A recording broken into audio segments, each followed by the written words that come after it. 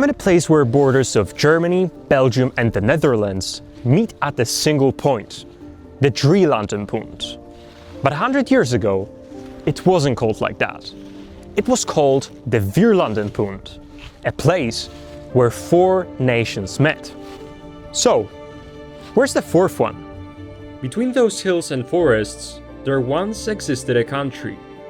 A strip of land just 1 mile wide and 3 miles long, only slightly bigger than Monaco or the Vatican. It was meant to become an utopia of friendship and neutrality, and the world's first Esperanto-speaking nation. A forgotten microstate, born from the complexity of European politics and a long dispute between 2 kingdoms over a zinc mine. This is the story of neutral Moresnet.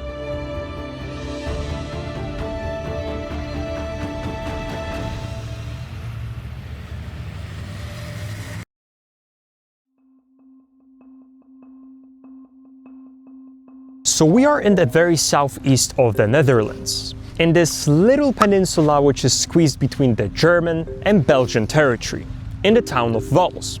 And it's right here where the highest point of this flat country is located, a breathtaking 322 meters above the sea level, the Walserberg.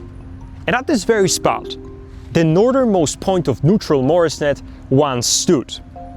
So what exactly was it? And how did this tiny forgotten microstate come to exist here? Let's move a few kilometers to take a closer look. And we're in Kelmis now, an unassuming Belgian town of about 11,000 inhabitants, and the place that once served as the capital city of neutral Moresnet, with quite a few traces after former microstates still visible today, just like this flag above me, which is the flag of the neutral Moresnet.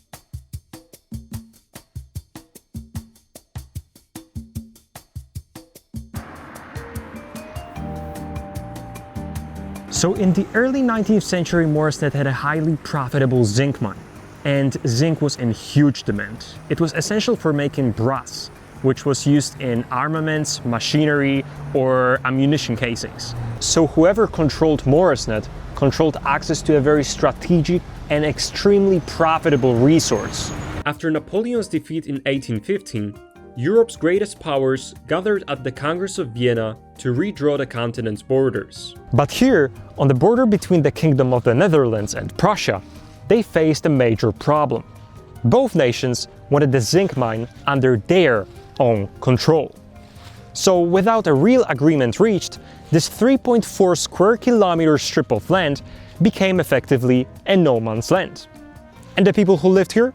They became known as the neutrals. So the advantages of being a neutral citizen were quite clear. First of all, the neutrals couldn't be conscripted to any country's army, which meant heaven for anyone who wanted to avoid the military service. Second, in the neutral Moresnet there were no enforcement officers, which meant no jails. It is a heaven for anyone who has something to hide, right? And third and foremost, the neutral Moresnet wasn't under the legal jurisdiction of any country, which meant that it is basically a tax-free zone, which is heaven for everyone, right?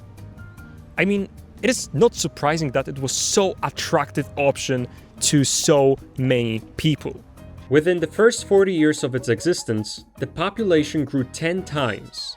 At its peak, in 1914, it reached 4,668 inhabitants. So, if my math is correct, it would have been one of the most densely populated countries in the world, ranking 9th, just ahead of Bangladesh. So by 1884, the zinc deposits in neutral Moresnet were nearly depleted. So the situation is that they basically created this quasi-country just for that resource to be gone in less than 70 years. And around that time, the residents began to push for more formal recognition of their unique territory. And one of the key figures in these efforts was exactly that guy over there. And he's called Willem Molly. He was a local doctor.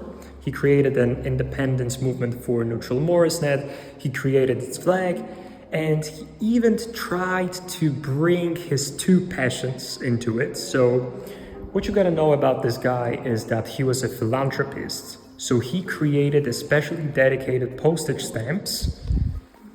Here you can see them.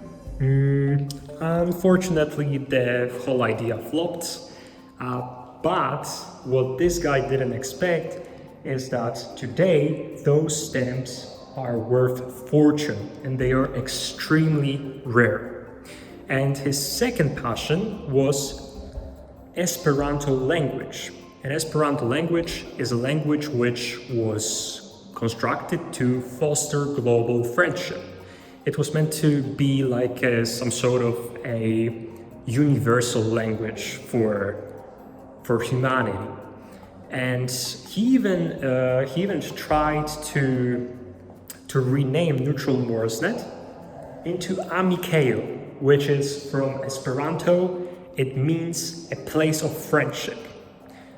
Here we've got some cubes with some statements in Esperanto and in other languages. And it is pretty intuitive. Amo means love.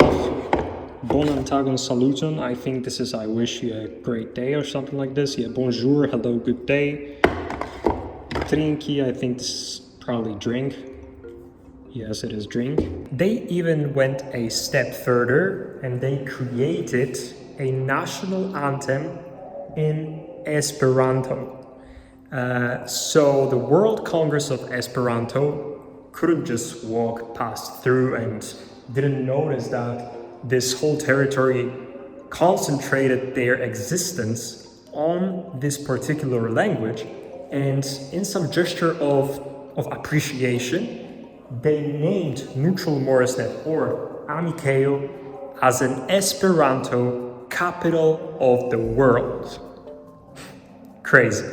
For a brief period, these initiatives brought the microstate international attention, but in the end, both the Esperanto project and the Stamp initiative failed to achieve their full ambitions.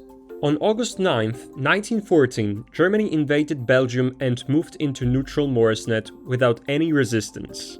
Initially, the microstate was spared the worst of the war, but in 1915, it was formally annexed by Germany, a move that was never recognized internationally. After Germany's defeat in the First World War, the Treaty of Versailles in 1919 settled the century-old dispute. Sovereignty over the former neutral Moresnet was officially awarded to Belgium. And on 10th of January 1920, the territory became a part of the Belgian municipality of Kelmis, and all of former inhabitants were granted Belgian citizenship, marking the definitive end of microstate 103 years after its creation.